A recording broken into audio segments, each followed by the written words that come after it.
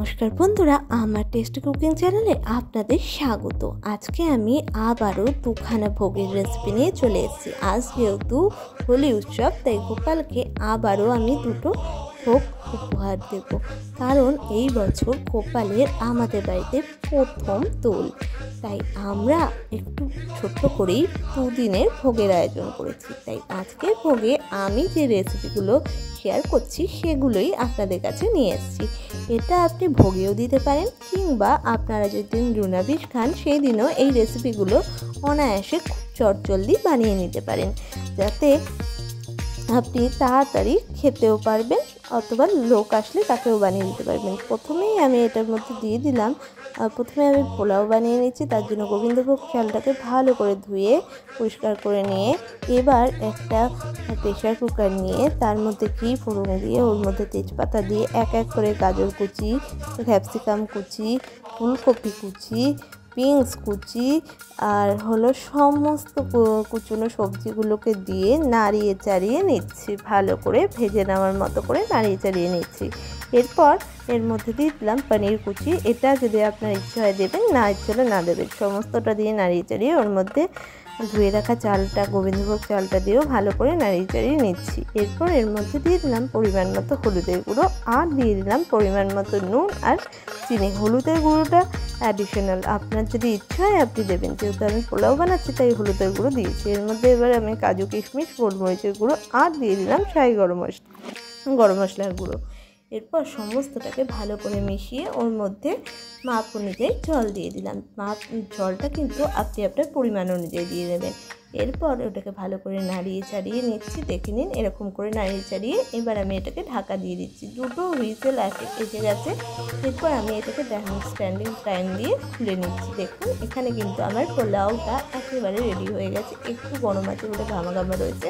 এরপর এর মধ্যে আমি ঘি ছড়িয়ে ভালো করে নাড়িয়ে চাড়িয়ে নামিয়ে নিলেই তৈরি হয়ে গেল আমাদের গোবিন্দভোগ চালের ভেজ পোলাও। এরপর আমি বানিয়ে নিচ্ছি কাশ্মীরি আলুর দম। এর জন্য আমি মিডিয়াম আর বড়ো সাইজের কয়েকটা আলু নিয়েছি। আপনি চাইলে ছোটো পটেটো বা বেবি পটেটোও নিতে পারেন। এরপর ওই আলুগুলোকে মাঝখান দিয়ে কেটে নুন এবং গরম জল দিয়ে প্রেশার কুকারে দুটো সিটি দিয়ে নিয়েছি। সিটি দিয়ে নামিয়ে একটু ঠান্ডা হতে দিয়ে খোসাগুলো ছাড়িয়ে নিয়েছি। এবার একটা মিক্সিং জারে পরিমাণ মতো পোস্ত, কাজু কিশমিশ আর পরিমাণ মতো টক দই দিয়ে ভালো করে একটু জল দিয়ে ব্লেন্ড করে নিয়েছি।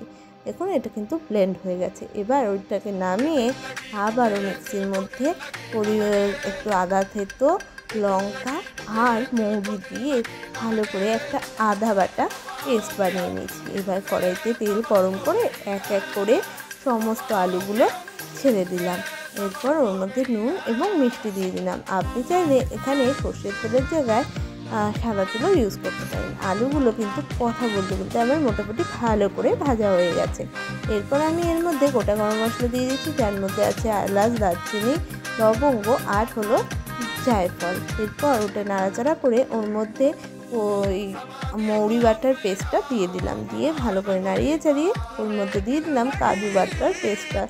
সমস্তটা দিয়ে ভালো করে নাড়িয়ে চাড়িয়ে কষে উঠলে পরে কাজু বাটার পেস্টের বাটিতে হওয়া জলটা দিয়ে ভালো করে আবারও নাড়িয়ে নুন মিষ্টি দিয়ে কষিয়ে নিয়ে ওর মধ্যে দিয়ে দিলাম কাশ্মীরি লঙ্কার গুঁড়ো।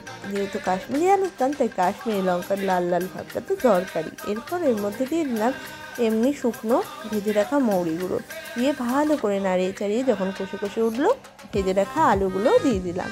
দিয়ে আবারও ভালো করে নাড়িয়ে চাড়িয়ে নিচ্ছি, যাতে মশলাগুলো আলুর মধ্যে ভালোভাবে ঢুকে যায়। এরপর এটা যখন কষে যাচ্ছে ওর মধ্যে দিয়ে দিলাম পরিমাণ মতো জল। যেহেতু আলুগুলো সেদ্ধ করা আছে তাই পরিমাণটা বুঝে জলটা দেবেন। এরপর এর মধ্যে বাকি ভাজা মৌরি গুঁড়োটা দিয়ে নাড়িয়ে চাড়িয়ে বেশ কিছুক্ষণ ফুটিয়ে নামিয়ে নিলেই তৈরি হয়ে গেল কাশ্মীরি আলুর দম। আজকের ভোগটাও কিন্তু গোপালের জন্য, তাই গোপালই টেস্ট করে বলবে এটা ঠিক কেমন হয়েছে। এই রকমই ভালো রেসিপি দেখতে অবশ্যই আমাদের চ্যানেলটাকে সাবস্ক্রাইব করে পাশে থাকা বেল আইকনটাকে প্রেস করে দিন।